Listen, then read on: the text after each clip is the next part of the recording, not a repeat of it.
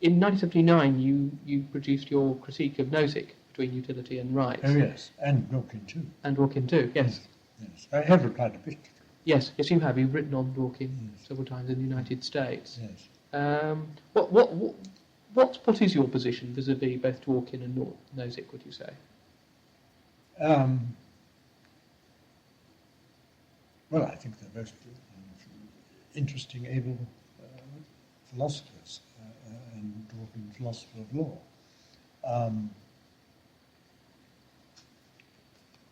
In a way, Nozick, I think, just goes overboard in trying to reduce all morality to the enforcement of rights, which is absurd and won't work. And I say that in that part of the idea of the essay on between utility and rights. Yes. Dworkin, in a way, we are engaged on totally separate enterprises. My conception of legal theory is descriptive and general. It claims to say something about law in general, has therefore some claim to universality, and it claims not to be morally evaluative or justificatory, but descriptive. Well, he is the reverse. And in a sense, there's no meeting between enterprises so different.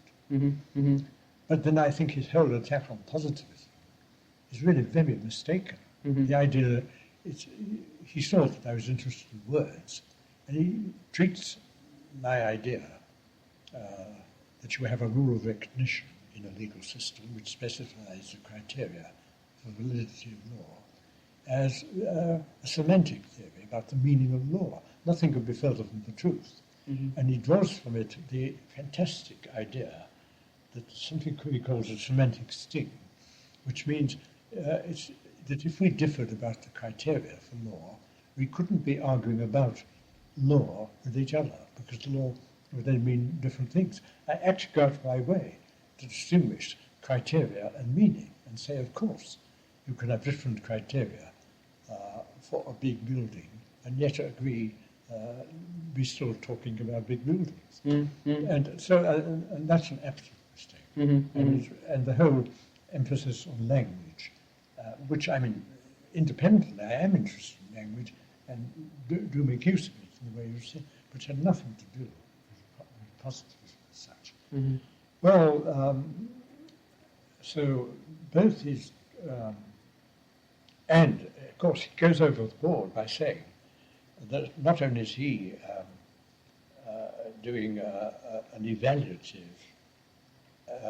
jurisprudence, which is not general but addressed to a particular society, Anglo-American society, but this is the only useful theories of law can only consist of this. Whereas I think there's a crying need for general jurisprudence which would address such topics as what are rules, what is relations between rules and customs or habits, what are relationships between different rules, and so on. Lots and lots of questions. And are you saying that that sort of jurisprudence would not be evaluative? It wouldn't be morally evaluative.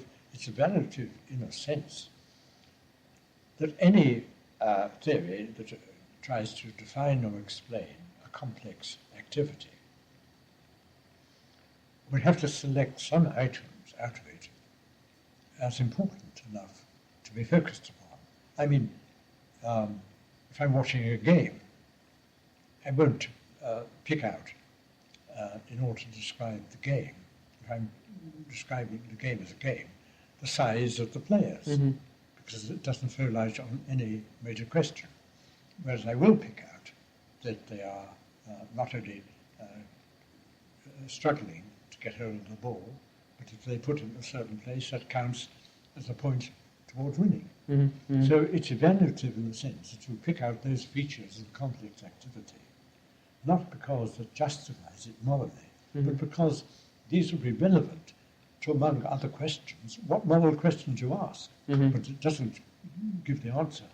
Whereas Dworkin is saying, any worthwhile jurisprudence is a blend of description and moral evaluation. It's got to show the law in the best light. Why not show it in the worst light? No. That's right. What's your response to the enormous attention that Dworkin Oh, he's has wonderfully. received He's and wonderful. the debates? I mean, if you feel you've been criticised, Ronald Dworkin has faced enormous barrage of Yes, some of criticism. it reasserts my kind of thing. He was my pupil here. He was I came to my lectures, not my pupil in any other sense, and I know him very well. And he's a marvelously gifted expositor. On his feet, there's nobody like him. And he has a deep knowledge of philosophy and logic, which I haven't got.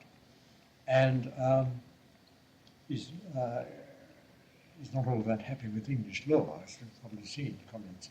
But he's wonderful at writing review articles about American constitutional law in the New York Review of Books. It's wonderful. So I think very highly of him indeed. Fertility, energy, beautiful writer, I think. But I think he's got carried away.